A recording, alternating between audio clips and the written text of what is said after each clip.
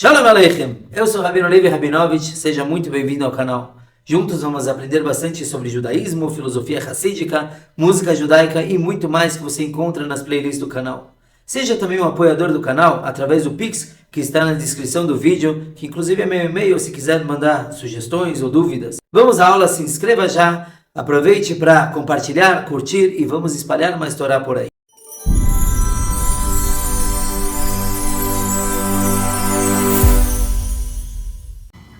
Muito bem. A gente precisa voltar um pouquinho sobre o que estudamos. Nós vimos que todo judeu tem um amor profundo, um amor oculto, que é facilmente acessado, só temos que saber como, e que esse amor é herdado dos patriarcas. Fizemos 4 perguntas no capítulo 18. Como você herda o amor? Afinal de contas, sentimentos não são herdados. Falamos que isso não é um sentimento, é por conta do nível da alma que a pessoa tem. O amor é automático. Também perguntamos qual é a fonte desse amor. Falamos que vem da luz infinita de Deus que está em Chokhmah. Chokhmah é aquele primeiro nível do intelecto que na verdade é supra-intelectual. Não é algo que você consegue entender quando está lá. E lembrando, Chokhmah quando a gente fala do intelecto da pessoa, é como um relâmpago. É o relâmpago da ideia. Quem quiser aprofundar mais, depois vale a pena ver os outros shiurim. Outra pergunta que fizemos é: qual é o interesse desse amor? O que quer dizer isso? Todo amor é: eu amo algo, eu quero algo, eu desejo algo. Qual é o desejo desse amor oculto que está dentro da pessoa? E finalmente a 4ª pergunta é: como esse amor tem temor também? É um temor especial a Deus, como um engloba o outro. Hoje a gente vai buscar responder a 2ª pergunta: qual é o desejo, qual é o interesse desse amor? Muito bem, então diz o seguinte, Perek, capítulo 19, para explicar um pouquinho mais como esse amor causa uma impossibilidade da pessoa se afastar de Deus. O que acontece? Nós falamos que várias vezes um judeu está disposto a entregar sua vida para Deus, literalmente, pular de uma ponte por Deus. Para entender isso, o Alter Rebbe, ele traz uma analogia do fogo. Ele traz de Mishlei, Ner Hashem Nishmat Adam. A vela de Deus é a alma do homem. Quer dizer isso? Através de entender o que é o fogo... Deus é a alma do homem. A vela de Deus é a alma do homem. A alma do homem é a vela de Deus. Então, para entender esse amor intenso e o que a alma quer amando Deus, a gente tem que entender o fogo. Então, primeiro está escrito que Ner Hashem Nishmat Adam, que a alma do homem, a vela de Deus é a alma do homem. O que quer dizer isso? Que Israel são chamados de Adam. Adam quer dizer homem. Israel, o povo judeu é chamado de Adam, que a alma deles é o fogo dessa vela. Primeira coisa, eu tenho certeza que o Rafael iria perguntar, que preconceito é esse? Só judeu é homem agora e os outros povos são o quê? E, na verdade, isso é uma pergunta antiga. Em 1914, mais ou menos, teve um caso chamado Beilis. Foi um caso bem extenso, no qual um judeu chamado Beilis, ele foi acusado de matar uma criança cristã para usar o sangue dela para matzah. Libelo de sangue, isso já é uma coisa muito antiga, mas é estranho falar que até no século passado existia isso. E foi um caso muito famoso, principalmente porque você já tinha os meios, jornal e etc. para difundir. O Rebbe de Lubavitch da época se envolveu nisso, inclusive muitas pessoas. E aí, uma das acusações feitas para mostrar como que o judeu bebe sangue de outras nações, porque não considera os outros como gente, pessoas, foi exatamente esse versículo, que diz que Atem kriuim Adam velo akum kriuim Adam. Vocês são chamados de homens e outras nações não. Como é isso? Então foi um problema para responder, porque não é minha opinião. Rabino Levi acha isso. Não tem a ver com opinião, é uma coisa que está escrita. Até que veio uma carta do Rav Meir Shapira, que foi um grande rabino, ele que instituiu o Daf Yomi, o estudo do Talmud diário, e ele explicou nessa carta o que quer dizer Adam, homem. Quando nós nos referimos a homem, o ser humano, tem 4 palavras para isso. Tem Adam, mas tem Enosh, tem Ish e tem Gever. Gever, Ish, Enosh e Adam. São 4 níveis, mas tudo é ser humano. Qual a diferença entre Adam e os outros 3? É que Adam não tem plural. Você não tem como falar muitos homens com a palavra Adam. Vai ser a mesma, que nem o you em inglês, que é você ou vocês. Adam é a mesma coisa. Enosh tem Enoshim, Gever tem Gvarim. Você tem o plural. Adam não. Então o que quer dizer quando fala que o povo judeu é Adam? Não que os outros não são seres humanos. Claro que são. Tem mitzvot e tudo mais. A diferença é que o povo judeu não tem o plural. Quer dizer, não tem plural. Acontece uma coisa com o judeu de um lado do mundo, e o Rav Meir, ele põe isso. Está acontecendo um caso com o judeu na Europa, e o mundo todo, os rabinos faradim estão se preocupando com isso. Porque não tem plural, não tem eu e você, é uma coisa só. Então, fala o seguinte, que Israel é chamado de Adam, que a alma deles é como o exemplo da luz, do fogo. 2 explicações antes da explicação do Tânia. A primeira é que a Neshama, a alma, ela, por que ela é chamada de fogo?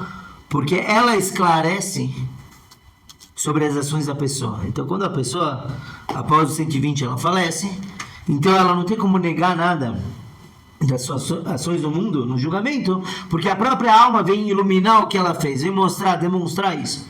Então, isso é uma explicação porque é chamada de fogo, porque ela revela. E a outra explicação é que a alma vem aqui embaixo para iluminar.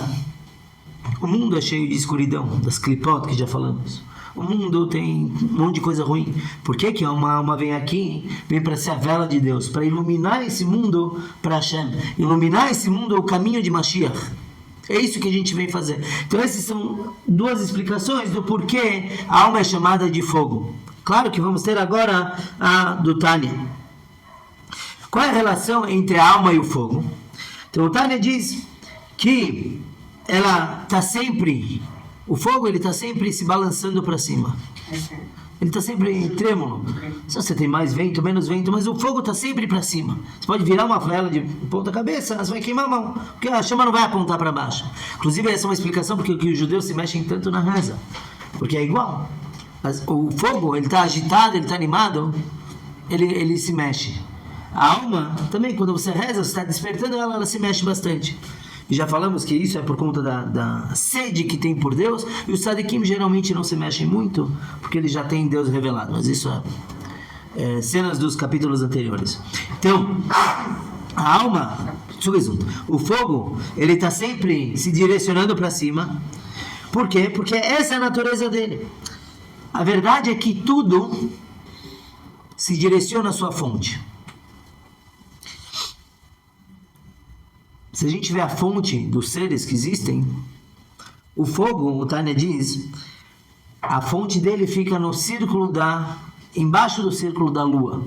Então a lua faz um galgal, uma roda em volta do mundo, e no plano espiritual é lá que fica a fonte do fogo. Então o fogo está sempre direcionado para cima. Os outros seres, quer dizer, os outros reinos, mineral, vegetal e animal, a fonte é mais embaixo. Então isso explica pela Hassidut a lei da gravidade. Por que eu jogo uma pedra e ela volta para baixo? Porque aqui embaixo é a fonte dela. Enquanto que a do fogo é lá para cima. Isso de acordo com uma interpretação da Kabbalah. Tem várias. Mas ele fala, então, que o fogo, ele tem vontade. Quer dizer, o que quer dizer a vontade do fogo? Isso é o fogo que ele quer se separar do pavio e se juntar à sua fonte.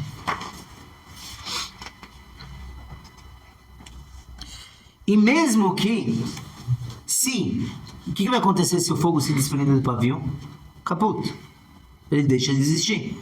Mesmo assim, mesmo que o fogo vai deixar de iluminar aqui embaixo, e também lá em cima, o que acontece com o fogo? Para exemplificar, imaginem vocês, eu jogando um fósforo dentro de uma fogueira. Quanto fogo vai aumentar o meu fósforo na fogueira? Quase nada. Um pouquinho vai, porque tem. Agora, quando o fogo ele vai para sua fonte, não é que ele deixa de existir, ele tem uma anulação completa. Ele não existe.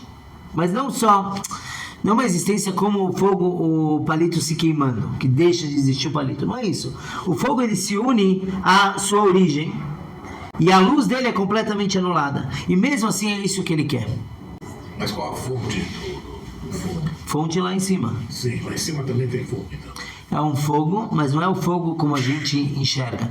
Na verdade, até mesmo o fogo que nós temos aqui embaixo, ele não é fogo puro. Porque tudo é uma mescla dos 4 elementos fundamentais. Fogo, ar, terra e água. Tudo é uma mescla. Inclusive, isso que eu falei antes, de que a fonte do fogo é em cima e da terra, da pedra, por exemplo, é embaixo. Interessante, qual é a ordem dos fatores? Então, primeiro você tem terra, depois você tem água, depois você tem ar e depois você tem fogo. O fogo, ele é mais elevado que o ar, tanto que o ar tem peso, o fogo não tem peso. O fogo não tem peso nenhum. Agora, segundo essa lógica, então a água deveria estar por cima do mundo. Certo? Porque afinal de contas, a água, eu falei a água, tanto faz. A água deveria estar sobre o mundo. Por quê? Porque é mais leve do que a terra. Deveria flutuar. E realmente, no segundo dia da criação, era assim o mundo. A água deveria ser água ou... Água. Tanto a água como o ar. Eu confundi, eu falei o ar. Sim. A água deveria cobrir todo mundo. Porque a água é mais leve do que a terra. Na criação do mundo, no segundo dia, você tinha a água de cima, a água de baixo, a separação, quem conhece a história da criação. E no terceiro dia, Deus fez o quê? Ele fez aparecer a terra. Então ele separou a água aqui e ali e apareceu a terra. E isso é considerado uma bondade de Deus. Porque na verdade não deveria acontecer isso. E aí não existiria a vida como nós conhecemos. Então Deus fez uma bondade e separou a água, pôs ela também embaixo da terra, os lençóis freáticos, etc. Isso é uma bondade para que a gente possa procriar e ocupar o mundo. Mas na teoria, na origem, a água não deveria nunca estar embaixo da terra. E assim também, depois você tem o ar por cima e depois você tem o fogo. Então, da mesma forma, só voltando, o Tânia, ele compara o fogo com a alma. Então, para entender a alma, temos que entender o fogo. O que o fogo quer o tempo todo é se separar do pavio, ou do que ele esteja queimando, e se unir para o superior. Essa é a vontade do fogo. Assim também a alma, tanto faz o nível, para quem está olhando na tradução, ele vai falar, assim também a alma do homem, tanto o nível de Neshama, Ruach e Nefesh, que Ruach e Nefesh são os níveis inferiores da alma, mesmo os níveis inferiores, toda a alma, isso que ela anseia, o desejo dela, o desejo dela é se separar do corpo, tanto que é muito fácil a alma ir embora do corpo. Um susto. Deus nos livre. A alma da pessoa também, todo momento ela quer se separar do corpo e se juntar na sua fonte. Qual é a fonte da alma? Sabemos que a alma é parte de Deus. Então ela quer ir para a sua fonte, que é o próprio Deus vivo. Baruch Hu, bendito seja Ele. E o que acontece? O que vocês acham que vai acontecer se a alma sair do corpo? O que acontece? Não com o corpo caputo. O que acontece com a alma se ela se juntar à sua fonte? Ela se perde. Ela se perde. Ela deixa de existir. Ela não tem apoio. Hã? Não. O que acontece com uma gota d'água se eu jogar ela no oceano? Ela some, desaparece no meio do... Completamente. Ela deixa de ter identidade. E ainda assim eu posso pensar que para a alma é difícil. Por quê? Porque a alma, quando vem aqui para baixo, ela ganha uma identidade. Ela ganha faculdades intelectuais e emocionais individuais. Cada um tem o seu jeito. A gente já falou sobre isso, que os níveis da alma, cada um representa as ações, ou o intelecto, ou o emocional. Então, cada um tem sua forma. E eu poderia pensar que para a alma é difícil isso. Alguém gosta de desaparecer? A natureza humana é que todo mundo quer crescer. A natureza humana não. A natureza de tudo que existe no mundo.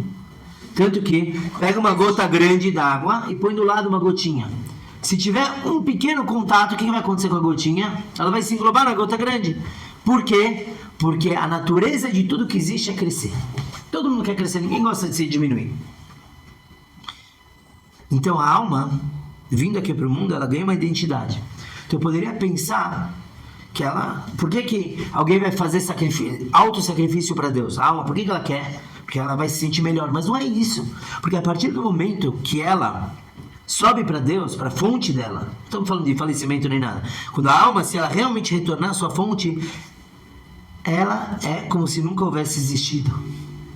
E aquela parte da alma que sobe quando a gente está dormindo? Ela volta. Não, mas ela não vai para a fonte dela. Ela vai para os mundos superiores. Vai para a fonte, ela não deixa de existir. Então, mesmo que o Tânia fala, mesmo que a alma vai ser nada, vai se anular completamente e não vai sobrar nada dela, da essência dela, da existência dela, mesmo assim, é isso que ela quer. E é diferente do mártir, por exemplo, o que a gente fala muito hoje em dia também. Infelizmente existem pessoas de outras religiões que se explodem ou querem causar dano, ou são mártires. A gente tinha judeus também que queriam ser mártires, como o Shabtai Tzvi. Ele foi um falso Mashiach e ele implorou, pelo menos quando pegaram ele para ser morto, ele não deixaram ele ser morto, jogaram ele numa ilha. Por quê? Porque se ele fosse morto, ele ia ser um mártir. O que acontece com o mártir, como nós conhecemos, indiferente da alma? Ele tem algum interesse. A gente já falou isso, independente de credo e religião, ele tem interesse que algo vai ser benéfico para ele. Ou ele vai ter 72 virgens, ou ele vai ter lugar no paraíso, ou ele não vai para o purgatório, ou alguma coisa tem, ou que o nome dele vai estar numa plaquinha. A alma não é assim. É bem pelo contrário, ela não tem interesse absolutamente nenhum, é só um desejo muito intenso em se unir com sua fonte. Tivemos um problema com o som. A continuação da aula será gravada e postada em breve no canal.